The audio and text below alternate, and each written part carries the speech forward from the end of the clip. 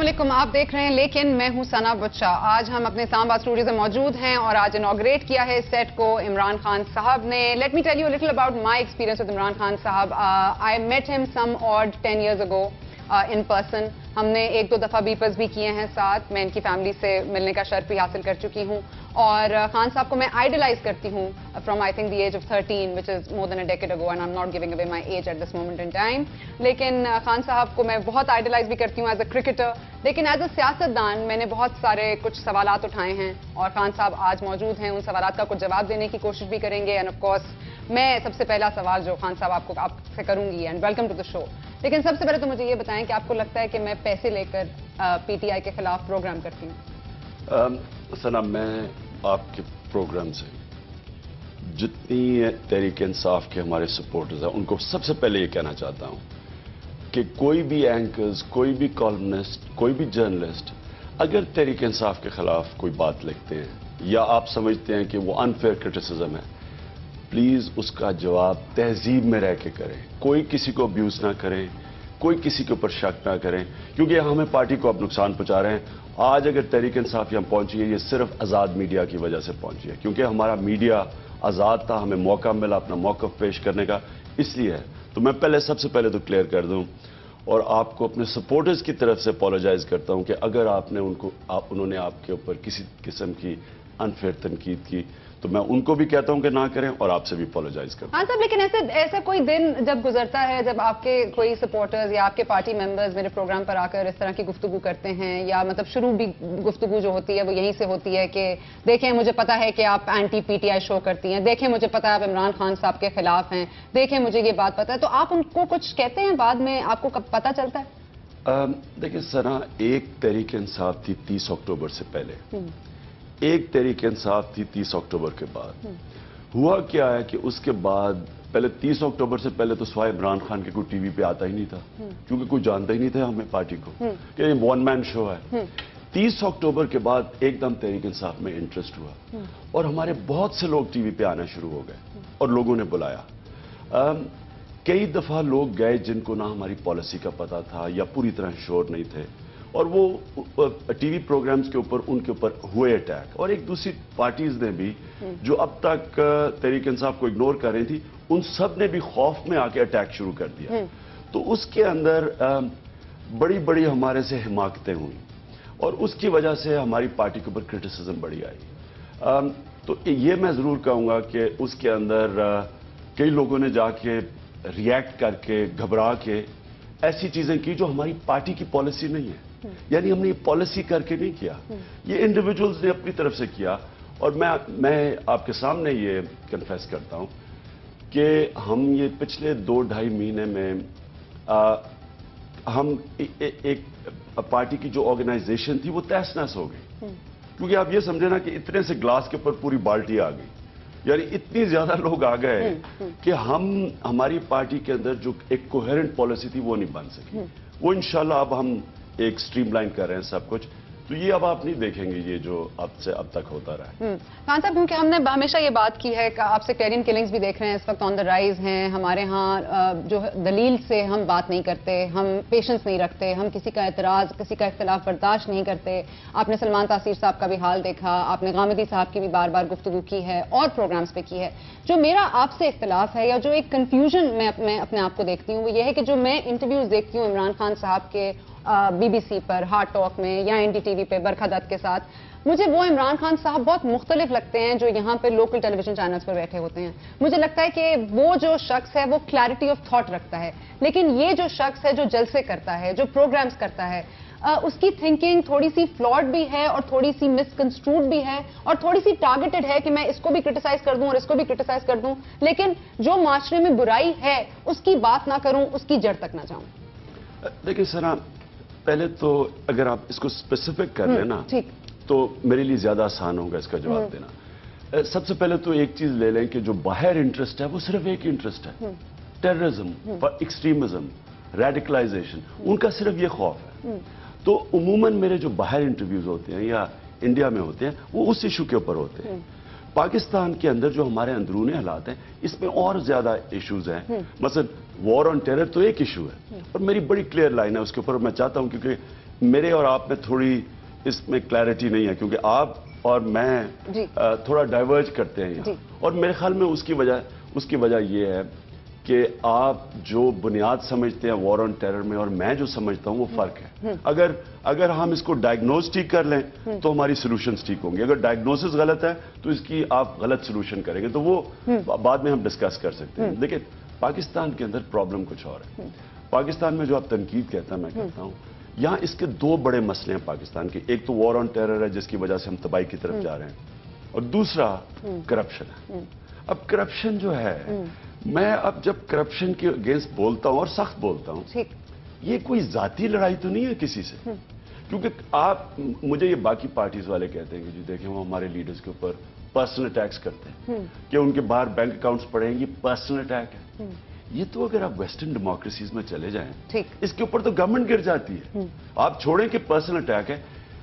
Tax evasion اور corruption یہ دو وجہ ہیں جس کی وجہ سے پاکستان بینکرپٹ ہے. یہ دو ٹرانسپیرنسی انٹرنیشنل نے کوانٹیفائی کرا کہ پچھلے 4 سال میں ٹیکس ایویژن یعنی ٹیکس کی چوری اور کرپشن سے 8,500 ارب کا نقصان ہوا ہے 4 سالوں میں. تو یہی ایشو ہے.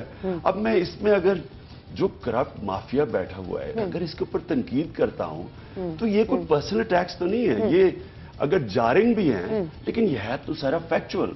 آپ دیکھ لیں کہ 4 سال میں کبھی بھی پاکستانیوں کے حالات اتنے برے نہیں جتنے ان 4 سالوں میں ہوئے. سوری خان صاحب، کیونکہ وزیر اعظم یوسف رضا گیلانی شاید کہیں گفتگو کر رہے ہیں اور ان کے ٹکٹ بھی آ رہے ہیں اور وہ یہ کہہ رہے ہیں کہ عمران خان صاحب اگر جانتے ہیں کہ کرپشن کو کیسے ختم کرنا ہے، کیونکہ وہ جانتے ہیں تو وہ ہمیں بھی بتا دیں تو ہم ختم کرتے ہیں کرپشن کو. تو آپ گیلانی صاحب کو جواب دینا چاہیں گے؟ سب سے پہلے تو گیلانی صاحب خدا کے واسطے اس ملک کو چھوڑ دیں، ہمارا پیچھا چھوڑ دیں. آپ ریزائن کریں، کرپشن آپ کے جائیں اور آصف زرداری جائے تو کرپشن تو پہلے ہی عادی ہو جائے، پھر آپ کے وزیر ٹھیک ہو جائیں. دیکھیں ثنا، میں مہاتر محمد سے ملاقات کی، سکسیس سٹوریز کی آپ سے بات کریں. میں نے ابھی جا کے پرائم منسٹر اردوغان جو ترکی کے جو میریکل ہے ترکی میں جو ہوا ہے، یعنی کہ ان کا پر کیپٹا انکم دگنا ہو گیا، $10,000 پہ پہنچ گیا. Turkey second highest growth rate ہے. 15 لاکھ لیرہ $1 کا تھا جب وہ آیا، آج 1.5 لیرے کا $1 ہے. Success story. میں نے ان سے گفتگو کی یہی پوچھنے کے لیے کہ کیا آپ نے کیسے میریکل ہوا. دونوں نے ایک بات کی، سب سے پہلے آپ کی جب تک اوپر کی ہائرارکی پرائم منسٹر اور کیبنٹ جب تک صاف نہیں ہے، جب تک وہ خود ایماندار نہیں ہے، آپ یہ جو کرپشن ہے اس کو کنٹرول ہی نہیں کر سکتے. تو اگر یوسف رضا میرے سے پوچھنا چاہتے ہیں، یوسف رضا صاحب اتنے بڑے سکیمز ہوئے، آپ چھوڑ دیں، یعنی کہ پاکستان کی تاریخ میں اتنے بڑے سکیمز نہیں ہوئے. آپ کو ریزائن کرنا چاہیے تھا. آپ کو پہلے اپنے آپ کو کلیئر کرنا چاہیے تھا، بجائے کہ آپ ساری بیوروکریسی کو تہس نہس کریں، ایماندار آفیسرز کو چینج کریں، آپ انٹرفیئر کریں انویسٹیگیشن میں. آپ نیب کے لوگ بدل دیں، نیب کا ہیڈ بنتا ہے تو اس کو آپ پلاٹ دے دیں کروڑوں روپے کا. یعنی آپ سارا انصاف کے نظام کو تہس نہس کر رہے ہیں اپنی چوری بچانے کے لیے. اور آپ سمجھتے ہیں کہ پھر نیچے وہ تھانے دار چوری نہیں کرے گا اور پٹواری نہیں کرے گا. وہ چائنیز پروورب ہے، fish rots from the top. اوپر سے آپ ٹھیک کریں. جو سکسیس سٹوریز ہیں، مہاتر محمد خود ایماندار تھا، ٹھیک کیا. لی کوان یو سنگاپور کو ایماندار تھا، اس کی کتاب پڑھ لیں. ترکی کے جنرلز بھی بہت ایماندار ہیں، مطلب اس میں بھی آپ دیکھیں اگر اس میں بھی کرپشن نہیں پائی جاتی، یہاں پر تو اس حوالے سے بھی بہت ساری کرپشن ہے نا خان صاحب. آپ نیب کے پاس دیکھ لیجئے کیسز جو پڑے ہوئے ہیں، جو نیب کے پاس نہ اٹھانے کی سکت ہے، نہ بتانے کی بات ہے، نہ میڈیا میں اٹھائے جاتے ہیں، نہ آپ لوگ اس پر ذکر کرتے ہیں. گیلانی صاحب کی کرپشن اپنی جگہ ہے، ان کی پارلیمنٹ کی کرپشن اپنی جگہ ہے. آپ کے بھی جو لوگ ہیں وہ بھی کرپٹ ہیں، ان کے اوپر بھی بہت سارے چارجز ہیں. آپ کے اعظم سواتی صاحب کے اوپر چارجز ہیں. اعظم سواتی صاحب ایک پروگرام میں بیٹھ کے سردار آصف احمد علی کے اوپر چارجز لگاتے ہیں کروڑوں روپے کی بدعنوانی کی. تو یہ ساری چیزیں تو موجود ہیں. These people are in your party. So I am seeing کہ if you have to clean the mess, the problem is that every one is corrupt. سنا دیکھیں ون بائی ون، جب جنرل مشرف تھے اس ملک جب قیادت کر رہے تھے تو سب سے زیادہ تنقید آرمی کی عمران خان نے کی. جب سب لوگوں کو جنرل مشرف نے ہاؤس اریسٹ کیا، مجھے اس نے جیل میں ڈالا، اور وہ بھی ڈی جی خان کے جیل میں جو سب سے بڑا جیل تھا. وہ کیوں کیا؟ کیونکہ سب سے زیادہ تنقید میں نے کی آرمی کی، اور نیا جی ایچ کیو کے اوپر میں نے کی. میں نے ساری یہ جو ڈی ایچ ایز ہیں ان کے اوپر کی. میں نے جو آرمی کے اوپر جو ان کی جو जो बजट ऑडिट नहीं होता उसके ऊपर की, मैंने जनरल मुशर्रफ के ऊपर की। अब ये डेमोक्रेटिक गवर्नमेंट थी, आसिफ जरदारी का था give democracy is the best revenge. अगर या तो आप फैसला करें कि ये डेमोक्रेटिक गवर्नमेंट नहीं है, मैं आज आर्मी की तनकीद करूंगा जी आप इंचार्ज हैं, जब इनके नीचे फौज है या तो ये कहें कि नहीं है, अगर है तो आप कभी कह देते हैं। नहीं, लेकिन आप मुझे ये बताएं सना कि इंग्लैंड के अंदर किसी डेमोक्रेसी में एक ट्रेन का क्रैश होता है, वजीर रिजाइन कर जाता है, वो तो नहीं चला रहा होता ट्रेन। जिम्मेदारी डेमोक्रेट्स की होती है जो आपकी इलेक्टेड गवर्नमेंट है।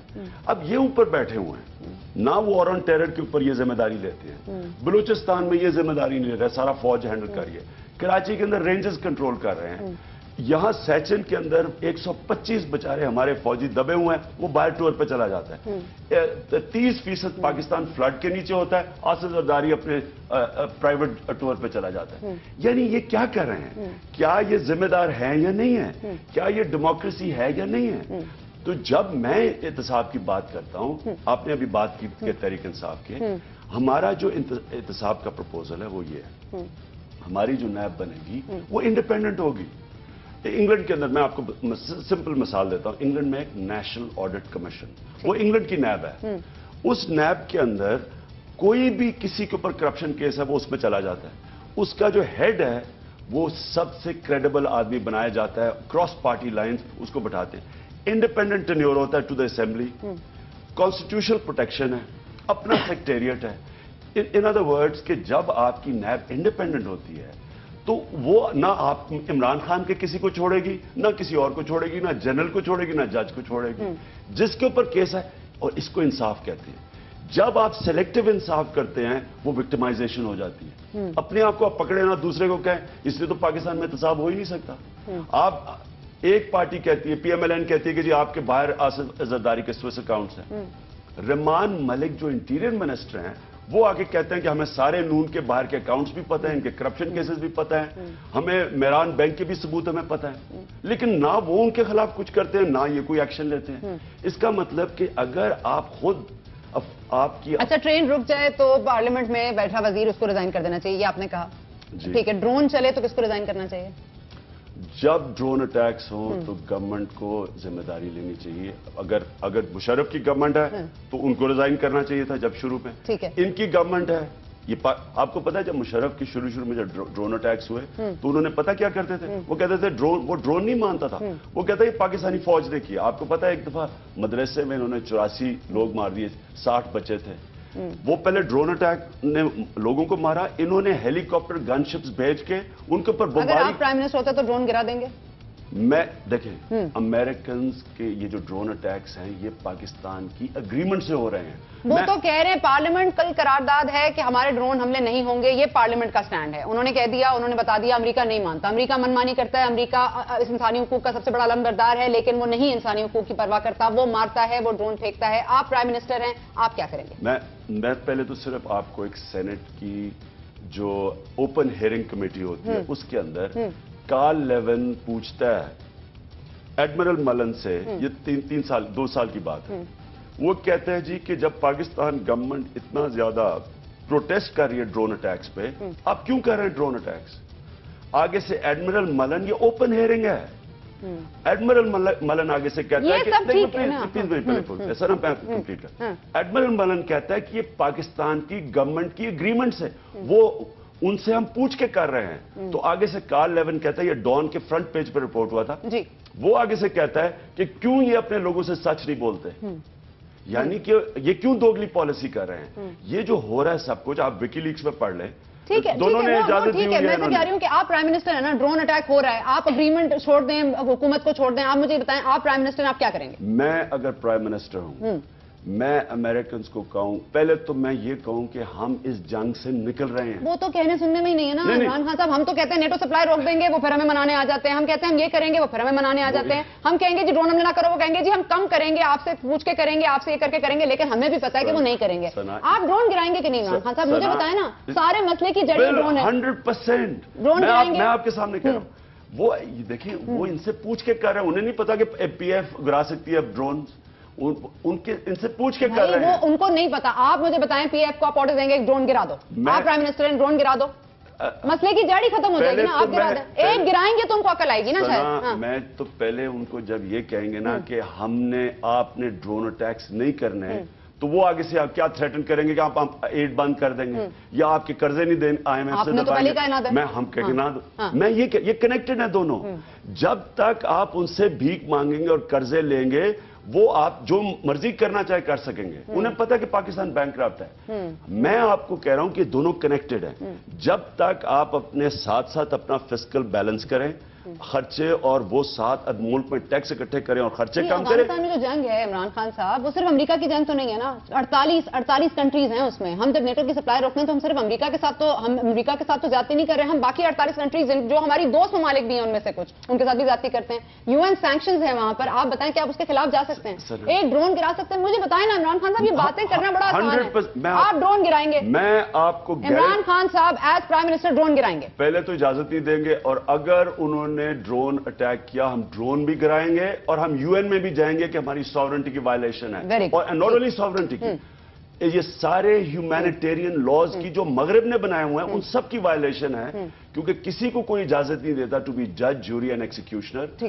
سسپیکٹس کو ایلیمنیٹ کرنا دنیا میں کوئی قانونی اجازت دیتا ہے. ایک آپ کو پتا ہے کہ کیس ہونے لگا ہے ان کے اوپر, برطانیہ میں کیس ہونے لگا ہے. ریپریو جو ہیومن رائٹس آرگنائزیشن ہے وہ کیس کرنے لگی ہے.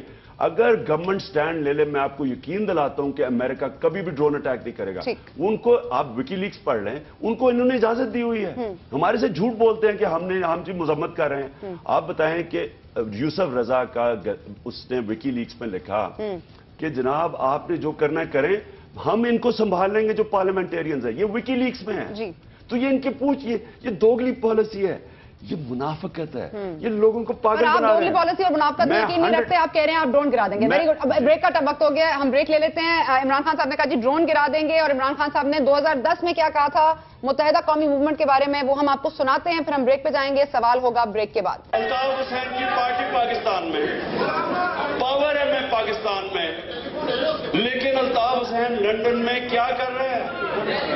پارٹی آپ, اچھا چلے, یا تو مانے نا کہ آپ کی پارٹی پاکستان میں, یا تو چلیں آپ پاور میں نہ ہو, آپ کہیں کہ میری جان خطرے میں ہے, آپ کی پارٹی پاور میں بیٹھی ہے, آپ لندن میں بیٹھے ہیں, تقریریں ٹیلی فون پہ کر رہے ہیں, اور سامنے جو بیٹھے ہیں, جو حالت ہے لوگوں کی جو ٹیلی فون سن رہے ہیں, بڑی برداشت ہے ان کی. ویسے دیکھا ہوا اپنے بابر واری کو, مجھے ٹی وی کے اوپر بلیک میل کرنے کی کوشش کی. میں بتا رہا تھا, میں نے کہا الطاف حسین کی, کہتا ہے الطاف حسین کو, عمران بھائی آپ کہاں اور الطاف حسین کہاں؟ میں نے کہا میں بالکل ٹھیک کہہ رہے ہوں, میں تو آج تک کوئی قتل نہیں کیا, اس نے 234 قتل کیے ہوئے.